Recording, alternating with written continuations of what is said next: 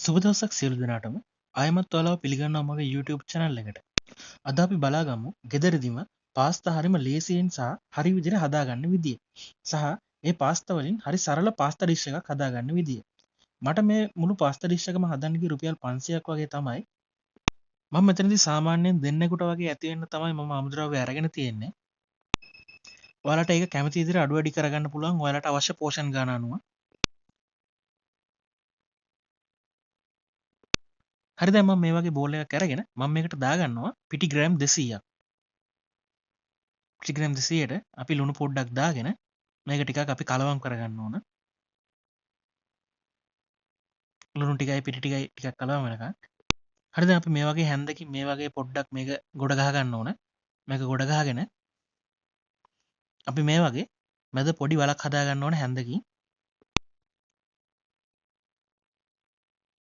අපි දැන් එතෙන්ට අපි බිත්තර දෙකක් එකතු කරගන්නවා. මම මෙතනදී දෙන්නෙක්ට ඇති වෙන අමුද්‍රව්‍ය තමයි අරන් තියෙන්නේ. පිටි ග්‍රෑම් 200ට බිත්තර දෙකයි. හරි දැන් අපි මේ ගත්ත පිටි ටිකට අපි බිත්තර දෙක දාලා මේ විදිහට හෙමීට කලවම් කරගන්න ගම බිත්තරේ අපි වටේ තියෙන පිටි ටික මෙහෙම ඇඩ් කරගෙන හෙමීට මේක කලවම් කරගන්න ඕනේ. සෙරම එකපාර කලවම් කරගන්න යන්න එපා. මේ වගේ ටික ටික පිටි ටික ඇඩ් කරගන්න ගමන් ඔයාලා මේක හොඳට විස් කරගන්න. නිතර ඔයාලා කලවම් කරගන්න. හරි දැන් ඔයාලා හොඳට පිටි ටික බිත්තර වලට කලවම් වුණාට පස්සේ ඔයාලට අතින් අනන්න පුළුවන් මේක. ඔයාලා මේ විදිහට වටේ තියෙන සියරම පිටි ටික එකතු කරගෙන ඔයාලා මේක සාමාන්‍ය විනාඩි 5ක් වගේ මේක හොඳට අනා ගන්න ඕන. විනාඩි 5ක් ගියාට පස්සේ මේ වගේ ඩෝ එකක් එනවා. ඔයාලට මම කියලා දෙන්නම් මේක නවන්නේ කොහොමද කියලා. මේ විදිහට ඔයාලා එකපාරක් ඇතුළට නමලා ඒක ඉස්සරහට තල්ලු කරන්න. ආයෙමත් ඒක පොඩ්ඩක් හරවලා මේ විදිහට එකපාරක් ඇතුළට නමලා ඉස්සරහට තල්ලු කරන්න. ඔයාලා මේ වගේ විනාඩි 5ක් වගේ මේක හොඳට පිටි ටික අනා ගන්න.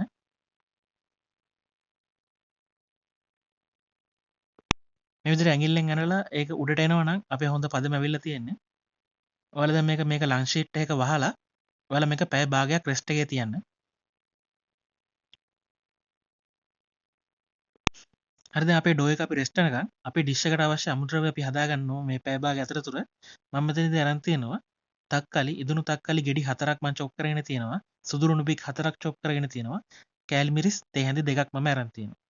හරි දැන් අපි පැය භාගයට පස්සේ ඔයාලා මේ විදිහට ඔයාලට ෆ්ලැට් සර්ෆස් එකක් අරගෙන ඔයාලා ඒක පොඩ්ඩක් පිරිසිදු කරලා ඔයාලා මේ විදිහට පිටි ටිකක් හලාගෙන ඔයාලා අපේ ඩෝ එක මෙහෙම අරගෙන මේ විදිහට වටේට පිටි ටිකක් ගා ගන්න.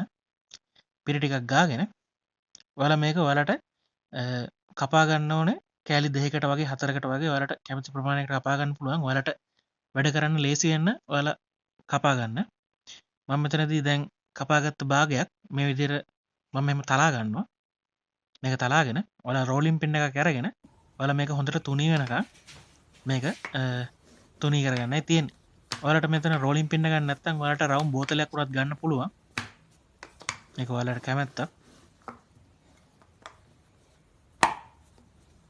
ඔයාලා මේ විදිහට දෙපැත්ත දාගන්න ගමන් ඔයාලා මේක තුනී කරගන්න. එක පැත්තක් විතරක් දාගන්න එපා. එතකොට සමහර වෙලාවට මේක ඇලෙන්න බලනවා. ඔයාලා මේ විදිහට දෙපැත්ත දාගන්න ගමන් ඔයාලා මේක තුනී කරගන්න. ඔයාලට තේරෙනවා නම් මේක පොඩ්ඩක් සර්විස් එකට ඇලෙනවා වගේ කියලා තුනී කරද්දි ඔයාලට මේ වගේ තව අලුතෙන් පිටි ටිකක් දාගෙන ඔයාලට දෙපැත්ත දාගන්න ගමන් මේක තුනී කරගන්න පුළුවන්.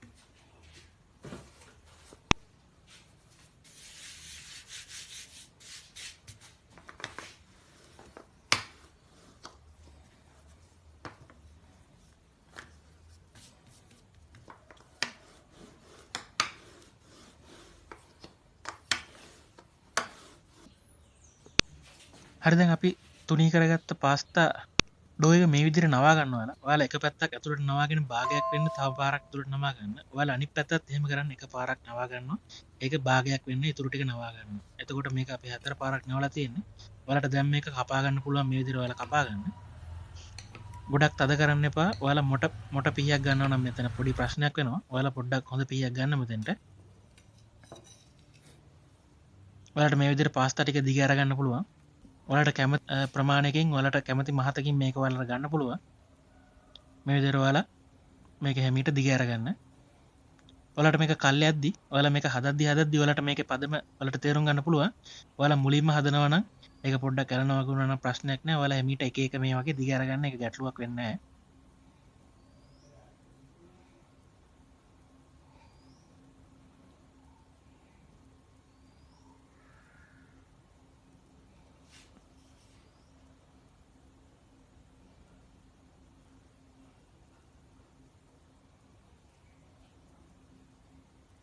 මේ විදිහට හදාගන්න.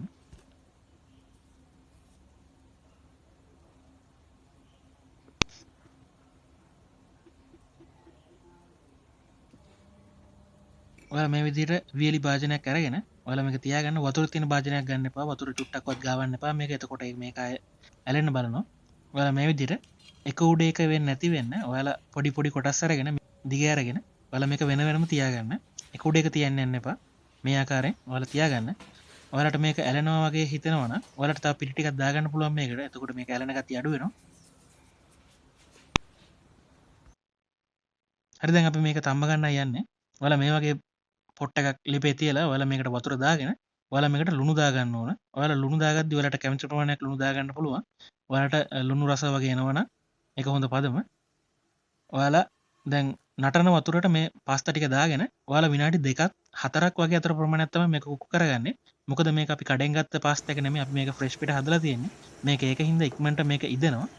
ඔයාලා මේක ළඟම ඉන්න මේක හොඳට හැඳි ගන්න. ගොඩක් හැඳි ගන්න යන්න එපා. එතකොට මේක කැඩෙන්න බලනවා. ඔයාලා හැමීට මේක පොඩ්ඩක් ගුලියක් වෙන්න ඇති වෙන්න ඔයාලා පොඩ්ඩක් එහෙම කරන්න. හරි දැන් අපිට විනාඩි 4ක් වගේ ගියාට පස්සේ ඔයාලට පේනවා මේක හොඳට ඇවිල්ලා තියෙනවා. ඔයාලා මෙතනදී ඔයාලා ඩිෂ් එක හදන්න ඔයාලා පාස්තා වතුර කෝප්පයක් මෙහෙම වෙනම අරන් තියාගන්න. හරි දැන් අපිට මේක පෙරා ගන්නයි තියෙන්නේ. ඔයාලා මේ පෙරාගත් පාස්තා එක මේ විදිහට බෝල් එකකට දාගෙන ඔයාලා මේ වගේ තෙල් ටිකක් දාලා මේක හොඳට ටොස් කරගන්න. එතකොට පාස්තා එක ඇලෙන්නේ නැහැ. හරි දැන් අපි පාස්තා එක හදාගන්න යන්නේ. මම මෙතන පෑන් එකක් ලිපේ තියාගෙන මම මෙහෙම තෙල් ටිකක් දාගන්න. තෙල් ටික රත් වුණාම සාමාන්‍ය මද රසෙන් තියාගන්න වැඩි නම් කරගන්න යන්න එපා. අපි මොකද මෙතන සුදුරුණු ටික මම ඇඩ් කරගෙන මේක පොඩ්ඩක් බෙද ගන්නයි යන්නේ. ගින්දර වැඩි වුණොත් සුදුරුණු ඉක්මනට කර වෙනවා. ඒකෙන්ද ඔයාලා මද රසෙන් අඩු ගින්දරෙන් වගේ තියාගෙන ඔයාලා සුදුරුණු ටික හොඳ රසක් එනකන් එමීට මේ විදිහට රන් ඔන් පාට එකක් බෙද ගන්න. සුදුරුණු ටික රන් ඔන් පාට වුණාට පස්සේ ඔයාලා මේ වගේ තක්කාලි ටික ඇඩ් කරගෙන ඔයාලා මේක හොඳට කුක් කරගන්න ඕන. පොඩ්ඩක් මේක සොෆ්ට් ගතිය එනකන් ඔයාලා මේක හොඳට කලවම් කරගන්න.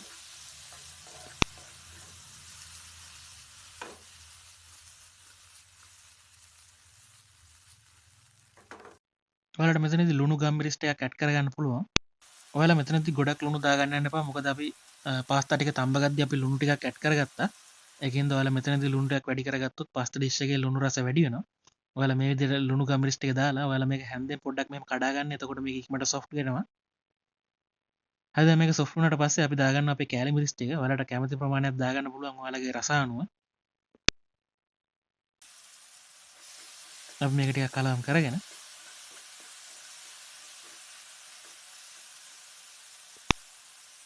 අපි දැන් මෙතනදී දාගන්න අපේ තඹගත්ත පාස්තා ටික.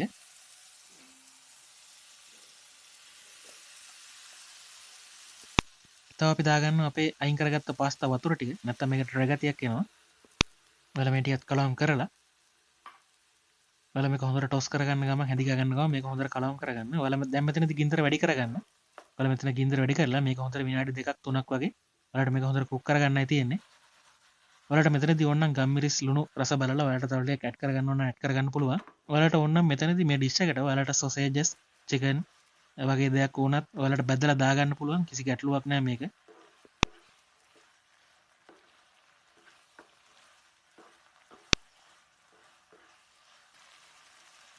හරි දැන් අපි අපේ පාස්තා ඩිෂ් එක සාදාගෙන අවසන්.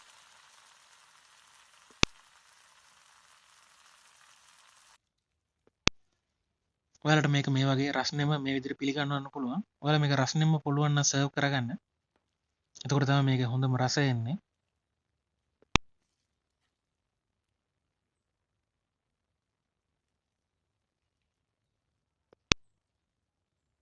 ඔයාලට තවදුරටත් මේ වගේ ලේසි ඉක්මනින් හදාගන්න පුළුවන් රෙසිපි දැනගැනීමට අවශ්‍ය නම් subscribe කරන්න. ඔයාලට රෙසිපි ගැන ගැටලු ගුණදොස් මොනවා හරි තියෙනවා නම් පහලින් කමෙන්ට් එකක් දාන්න එක ගොඩක් වටිනවා. එහෙනම් ඔයාලා හැමෝටම ඔයාලට සුබ දවසක්